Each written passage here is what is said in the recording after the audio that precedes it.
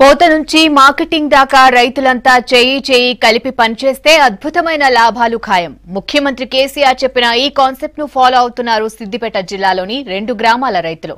సామూహిక పంట కోతల కార్యక్రమం కింద ఇవాళ సోయా పంటను కోశారు.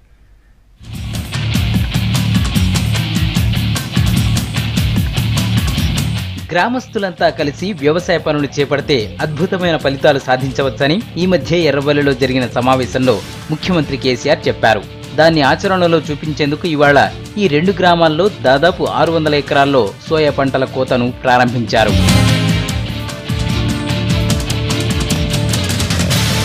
సిద్దిపేట గజ్వెల్లో కలెక్టర్ వెంకట్రామరెడ్డి సామూహిక పంట కోతల కార్యక్రమాన్ని చేపట్టారు. సీఎం దత్తత గ్రామాలైన ఎర్రవల్లి, నర్సన్నపేటల్లో సోయా, మొక్కజొన్న పంటలు మాత్రమే సాగు చేశారు. 2 గ్రామాలను 14 జోన్లుగా విభజించి 3 జోన్లలో 600 ఎకరాల్లో సోయా వేశారు. మిగతా 2000 ఎకరాలకు పైగా విస్తీర్ణంలో మొక్కజొన్న సాగు చేశారు. ఆ మధ్య వర్షాలు పడకపోవడంతో కాస్త ఇబ్బందులు ఎదురైనా ప్రస్తుతం ఊహించని విధంగా దిగుబడులు వచ్చే అవకాశాలున్నాయి. మా గ్రామ రైతులను గ్రామస్తులందరూ ఏకం చేసి మన సోయాబీన్ పంట వేస్తే చాలా లాభాలు వస్తాయని చెప్పి అధికారులు చెప్పడం జరిగింది. మంచి సూచన సలహాలు ఇచ్చి చైతన్యపరిచి మన సోయాబీన్ వేయించడం జరిగింది. దానివల్ల తక్కువ కష్టంతో, తక్కువ పెట్టుబడితో ఎక్కువ దిగుబడి రావడం జరిగింది. అందుకు మా రైతులందరూ సంతోషంగా ఉన్నాం. ఇవాళ గజ్వెల్ల మొదలైన పంటల సామూహిక కోతల కార్యక్రమంలో ఇంటికి 2 చొప్పున పాల్గొన్నారు.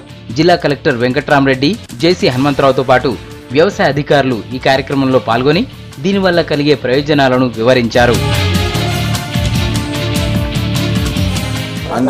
అందరికీ అని చెప్పి ఆ స్లోగన్తో సమిష్టిగా క్రాప్ హార్వెస్టింగ్ చేయడం అనేది చాలా సంతోషకరమైన విషయం. రైతులందరూ కూడా మమేకమై ఎకరాల వారీగా వాళ్ళు బట్టువాట చేసుకొని సోయాబీన్ పంటకు అందరికీ కూడా కామన్ హార్వెస్టింగ్ చేసుకొని కామన్గానే సేల్ చేయడము, తర్వాత వచ్చిన డబ్బుని డైరెక్ట్గా వాళ్ళ బ్యాంక్ అకౌంట్స్కి పోయేటట్టుగా కూడా గౌరవ ముఖ్యమంత్రి గారు గతంలో ఆదేశాలు ఇవ్వడం జరిగింది. దాని ప్రకారంగానే ఇక్కడ మేము ఇంప్లిమెంట్ చేశాము. మరో 15 రోజుల్లో మొక్కజొన్న కూడా చేతికి వచ్చే అవకాశాలున్నాయి. మొత్తం 2000 ఎకరాల్లో వేసిన మొక్కజొన్నను కూడా ఇదే సిస్టంలో కోస్తారు. పంట కోత నుంచి మార్కెటింగ్ వరకు ఒకే టైంలో నిర్వహించడంతో రైతులకు ఖర్చులు కలిసి రావడంతో పాటు లాభాలు కూడా బాగానే వస్తాయంటున్నారు అధికారులు.